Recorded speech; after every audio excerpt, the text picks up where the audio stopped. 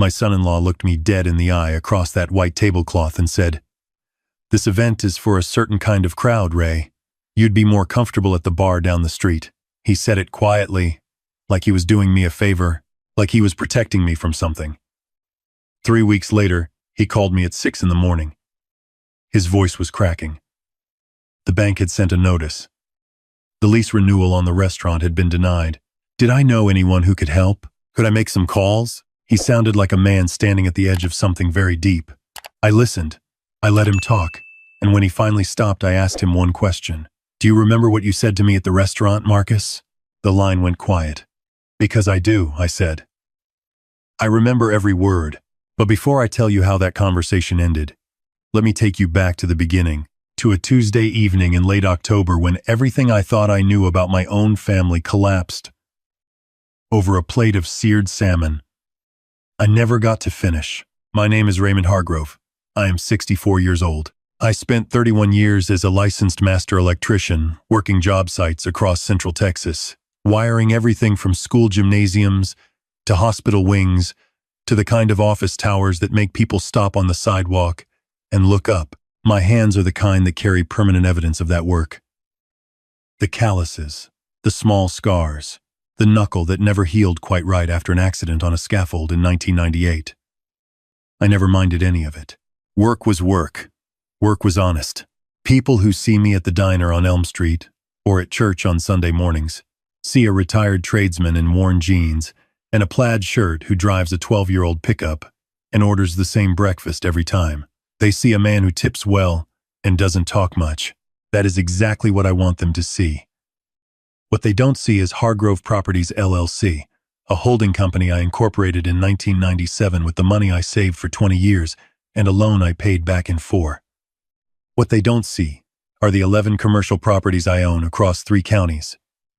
The strip mall on Route 9, the warehouse district on the east side, and the renovated building on 5th Street downtown, where a high-end restaurant has been operating for the past 4 years. That restaurant is called the Meridian. My son-in-law runs it. His name is Marcus. And until the night he told me I didn't belong at his investor dinner, I had never once given him a reason to believe I was anything other than proud of him. My daughter was 29 when she met Marcus. She is kind and warm in the way that makes you wonder how the world hasn't taken that from her yet. He was charming in the way that good-looking men with big plans often are. He had ideas. He had presence. What he didn't have was capital or a location for the restaurant he had been talking about since culinary school. I didn't volunteer anything. I never do. But when my daughter asked me one Sunday afternoon if I happened to know of any commercial spaces downtown that might be available for lease, I told her I would look into it. I own the building on 5th Street through the LLC. It had been vacant for 8 months. The previous tenant, a law firm, had relocated. I was quietly looking for a reliable long-term leaseholder. Marcus came to see the space with my daughter. He walked through it with his arms open like he was already there in his mind, already placing tables, already hearing the clink of glasses. I watched him from the doorway. He had energy. I respected that. I told the building manager to offer the space at below market rate, on a 5-year lease, no name attached, just Hargrove Properties LLC as the landlord. Standard commercial terms. Marcus signed the lease without ever asking who owned the building. He didn't think to ask. He thought the name was a coincidence. Over the next 3 years, I watched the Meridian grow from an empty shell into something genuinely impressive. Marcus worked hard. I will give him that. He worked 16-hour days. He built a real kitchen team. The reviews were good. The dining room was beautiful. My daughter helped with the front of house. I sat at the bar sometimes on a Wednesday night, alone, and ate a bowl of soup and watched the room fill up with people having a good time in a space I owned, and I felt something close to satisfaction. I also floated $40,000 to help them survive the first year when the cash flow nearly broke them. I didn't loan it. I gave it. I told my daughter it was an early inheritance. I didn't tell Marcus because I didn't want him to feel like he owed me. I wanted him to feel like he had earned it. That was my mistake. Not the money. The silence around the money. The trouble started when Marcus began to succeed.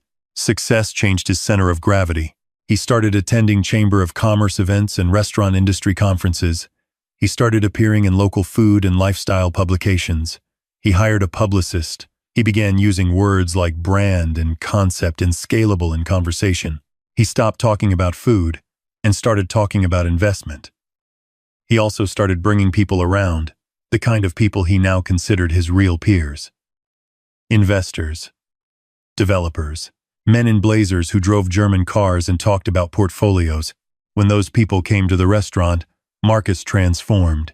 He became a different version of himself, louder, more polished, straighter spine. I noticed that when those people were around, I became invisible. Not ignored exactly, just moved to the edge of the frame, the way you move an old piece of furniture to the corner when company is coming. I told myself I was imagining things. I told myself he was networking. I told myself this was how ambition looked from the outside. Then came the Tuesday in October. My daughter had called me that weekend and suggested I stop by for dinner. She said Marcus was excited about some new seasonal menu, and she knew I would appreciate it. She said to come around 7. She said she would save me a table near the window. I drove downtown in my pickup. I put on a clean flannel shirt. I combed my hair. I am 64 years old and I still comb my hair when I go somewhere my daughter invited me. I walked into the Meridian at 5 minutes past 7. The hostess, a young woman named Carla who had always been warm with me, looked flustered when she saw me come through the door. She glanced toward the back of the room and then back at me with a smile that didn't quite settle on her face. "Mr. Hargrove, it's so good to see you. Let me just check with Marcus quickly. Can you give me just one moment?" I stood in the entryway. I looked at the room. About 2/3 of the tables were occupied. There was a private section near the back, partially screened by a curtain of hanging greenery, where I could see suited men and women in cocktail dresses gathered around a long table under warm candlelight. Glasses raised, laughter. The kind of easy, expensive laughter that comes from people who have never once worried about the power bill. Marcus appeared from behind the curtain. He walked toward me with an expression I had never seen on his face directed at me before. It was the expression of a man who has just encountered a small logistical problem he needs to resolve quickly and quietly. "Ray," he said, glancing once behind him, "I completely forgot my wife mentioned you might stop by tonight. She said you wanted to show me the new menu," I said. He ran a hand through his hair. Right. The thing is, tonight is not the best night. We have a private event, investors from Dallas. Very specific guest list. You know how it is. I would love to set you up at the bar, get you whatever you want, on the house. But the dining room is essentially reserved. The bar is fine, I said. I don't need a table. He leaned in slightly, lowering his voice. The bar is actually right next to the private section. These are serious people, Ray. High net worth, very image conscious. Tonight is about optics. It's about presenting a certain vision of the brand. I just think, and I mean this respectfully, that the vibe would be off. I looked at him for a moment. The vibe. He kept his voice gentle, diplomatic, the tone of a man who believes he is being kind. You know what I mean. Your style is great. It's very authentic, very real. But these are people who came in private cars from Dallas. It's a different atmosphere. You'd probably be more comfortable somewhere casual tonight. I'll call you tomorrow, and we can set up a proper dinner, just the three of us. But tonight I really need the room to feel a certain way. I looked past him at the private table. I saw my daughter's empty chair. She hadn't arrived yet. "Is my daughter in there?" I asked. "She's coming later," he said. "She's helping with the dessert presentation, but she understands tonight is a work event." I nodded. I was very calm. I'm always very calm when something important is happening. "Tell her I said hello," I said. I turned around.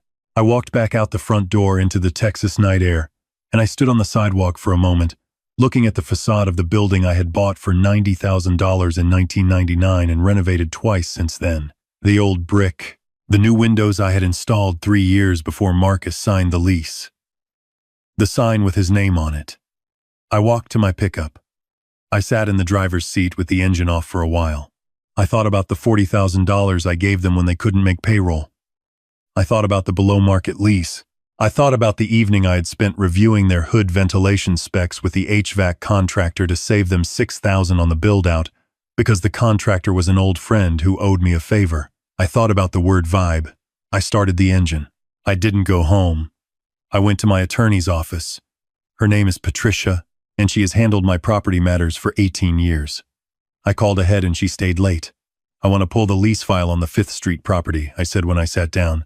She pulled it. We reviewed the renewal timeline. The current 5-year lease was expiring in 4 months. Marcus had already submitted a renewal request, and the building manager had flagged it for my approval. He wanted to expand into the adjacent ground floor unit, add a bar and lounge concept, and lock in another 5-year term. He's asking for a 10% rent reduction on the expansion space, Patricia told me, based on his projections. What are the projections based on? I asked. She looked at the file. New investor capital. He's expecting a significant round to close in the next 60 days. The investor dinner, the private table, the optics, the vibe. I leaned back in my chair. Don't respond to the renewal request, I said. Patricia looked up. Don't deny it. Don't approve it. Just let it sit.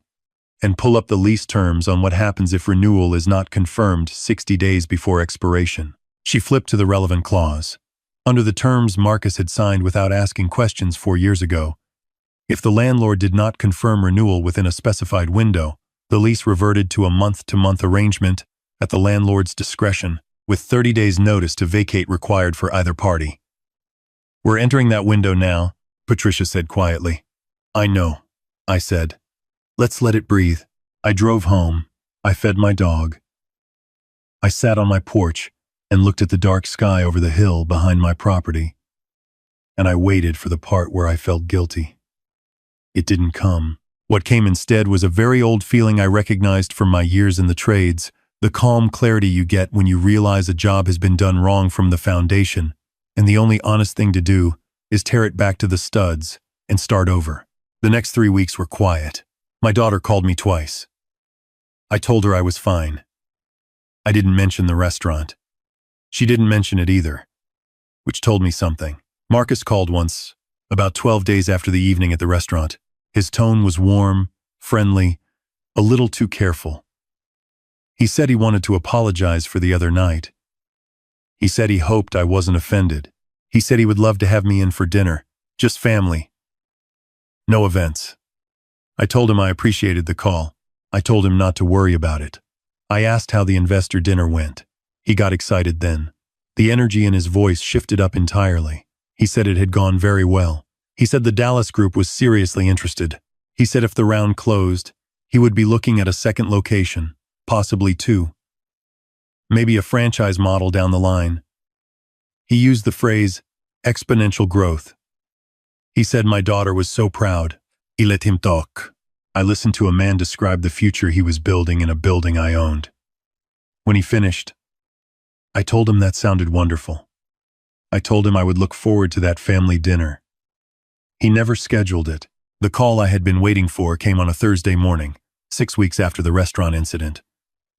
I was at the diner when my phone rang. The caller ID showed Marcus's name.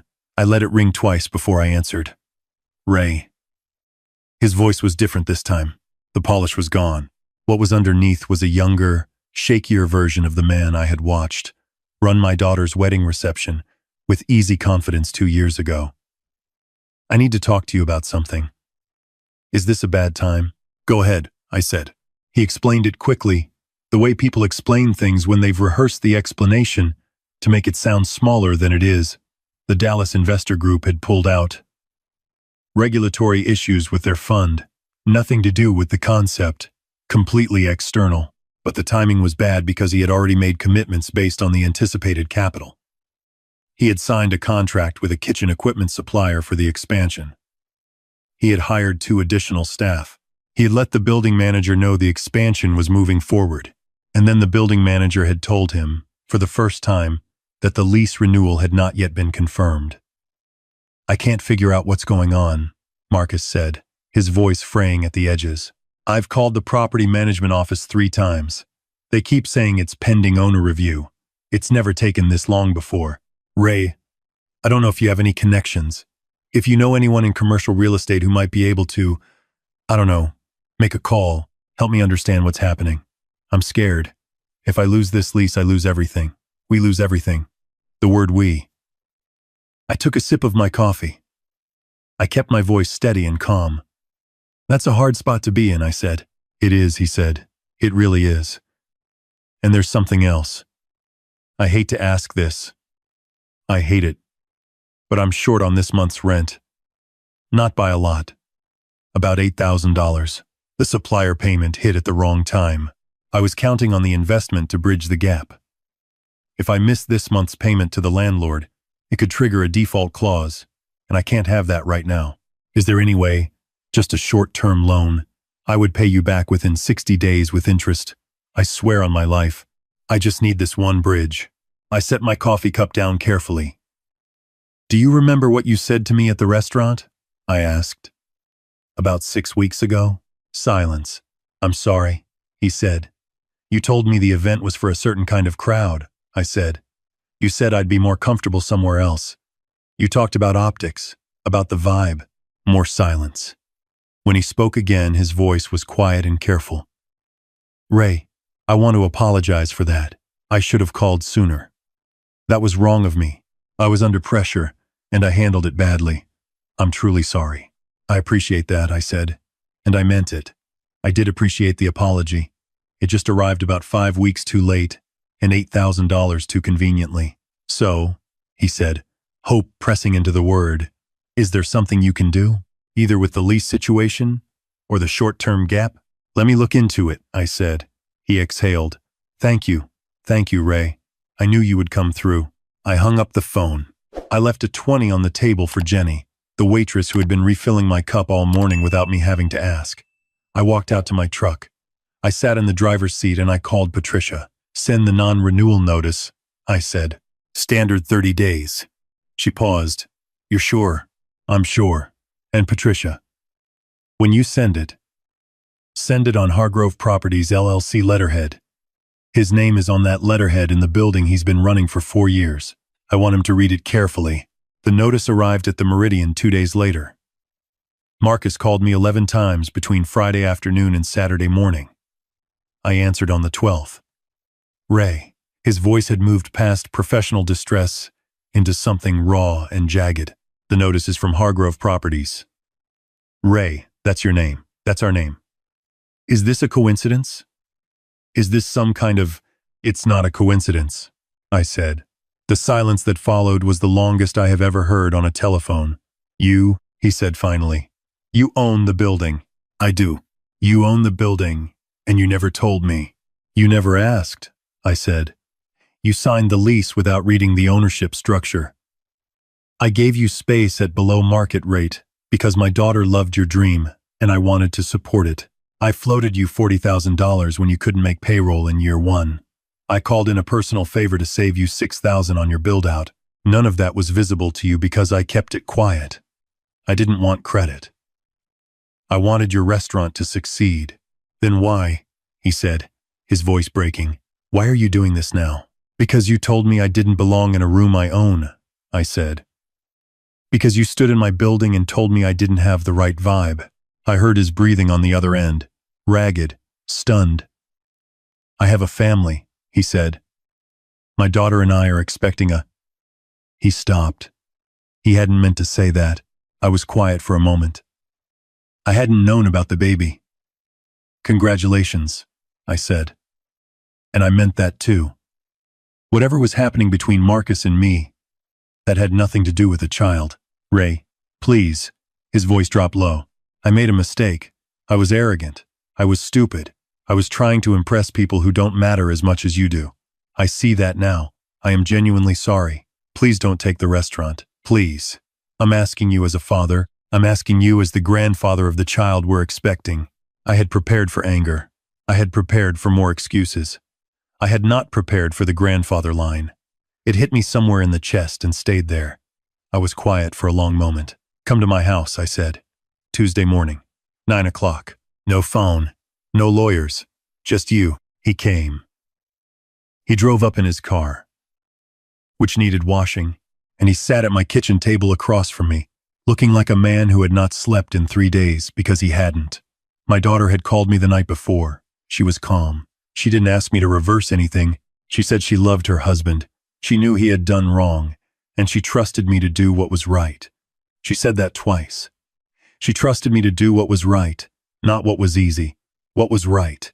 I put 2 cups of coffee on the table, and I sat down, and I looked at my son-in-law. He was 38 years old. He had built something real. He had also let the thing he built make him into someone he wasn't, or maybe someone he always was underneath, and it had cost him more than he knew how to calculate yet. I want to ask you something, I said, and I want an honest answer. He nodded. The night of the investor dinner. When you walked me to the door, were you embarrassed of me? He looked down at the table. He looked back up. Yes, he said. I was, and I'm ashamed of that now. Why? He thought about it. Because I wanted those people to see a certain version of me. The self-made version, and having my father-in-law there, who they would have clocked immediately as, I don't know, not from that world. He stopped. I thought it would undercut me. I thought it would make me look like I was playing a role. And were you? I asked. He sat with that question for a moment. Maybe, he said. Probably. I nodded. I picked up my coffee. My father was a pipe fitter, I said. He smelled like sweat and metal almost every day of my childhood. He fixed the radiator with electrical tape 3 winters in a row because he was saving up to replace the boiler. He taught me to work. He didn't teach me to be ashamed of work. I set down my cup. You have a child coming, Marcus. That child is going to need a father who knows what he stands on. He didn't say anything for a while. When he did speak, his voice was different. Quieter. The salesman quality was gone. What do I have to do? He asked. 2 things, I said. First, you're going to call your kitchen staff and your front of house team today, and you're going to give them an honest update. Not a spin, not brand language. The truth. They've been loyal to you. They deserve honesty. He nodded. Second, I said. The lease. He went still. I'm going to offer you a new lease, I said. Not the one you wanted. No expansion, no reduced rate. Standard market rate. 3-year term with an option to renew. No below-market concessions. If the restaurant is as strong as you say it is, it can carry that number. He absorbed this. I could see him running the figures behind his eyes. I can make that work, he said carefully. If I cut the expansion timeline and renegotiate with the supplier, that's your business to figure out, I said. Not mine. And the $8,000? He asked. The missed payment. That's a debt, I said. Not a gift. You'll set up a payment plan with the building manager. Equal installments over 6 months. He nodded again. He looked like a man who had expected to be buried, and instead found himself sitting at a table being handed a shovel. Not to dig his own grave. To dig his way out. Ray, he said, why are you doing this? Why not just let it go? You'd have a vacant space and a clean break. I looked at him. Because my daughter loves you, I said, and because you came here Tuesday morning and told me the truth when you could have lied. That counts for something. I paused. And because there's a child coming who is going to need both of us to figure this out. He put his face in his hands, not dramatically. Just the way a person does when they've been holding their breath for a week and someone tells them they can breathe. We shook hands before he left, not warmly, not yet, but solidly. The handshake of 2 men who have been honest with each other and are willing to see what comes next. What came next was slow and imperfect and real. The new lease was signed 8 days later. Marcus renegotiated with his supplier and pushed the expansion back by a year. He let the 2 staff members he had hired prematurely go, which was painful, and he told them the truth about why. He called me 3 weeks later to tell me he had run into the Dallas investor group lead at a conference and learned the funding pullout had nothing to do with him, which is what he had told me. But this time I believed him. My daughter called me every Sunday. She was 4 months along by then. She asked me once, carefully, whether Marcus and I were okay. I told her we were getting there. She said, that was enough for now. The morning I went back to the Meridian for the first time since that October evening, it was a quiet Wednesday, a lunch service. Marcus saw me come through the door. He came out of the kitchen. He was wearing his chef's coat. He looked tired in the way that people look tired when they are doing real work. He walked me to a table by the window. Not the bar. A proper table with a white cloth and a candle. "I'd like you to try the new lamb dish," he said. "I want your opinion." I sat down. I looked out the window at 5th Street, at the brick building that I bought for $90,000 and turned into something that had fed thousands of people and employed dozens, at the sign with his name on it that had always, underneath, been on my name too. "I'd like that," I said. "I have been in business a long time. I have signed contracts, and I have dissolved them. I have made good investments, and I have made expensive mistakes, and I have learned that the most important things you build are not made of concrete or copper wire. They are made of what you do when you find out who someone really is." Marcus is not a bad man. He is a man who got confused about what success meant, who thought it was a room of strangers with money and forgot it was a table with family. That is a mistake a lot of people make. Some of them correct it in time. Some of them don't. I am 64 years old. I have calluses on my hands that will never fully soften. I have properties I will never tell anyone about at a dinner party. And I have a grandson on the way. And I have a pot of coffee that costs $4 in a truck that runs without complaint. That is enough. That has always been enough. If there is anything I have learned across all these years, it is this. The most dangerous thing you can do in business or in family is confuse the source of your foundation for furniture. You can move to a corner. The people who hold you up are rarely the ones who look the part. And when you find out who actually owns the floor you are standing on, the only question that matters is what you plan to do with what you know. My son-in-law knows now, and I believe he means to build something worthy on top of it. I suppose we will see, but for the first time in a long time, I am willing to wait and watch. And the lamb was very good.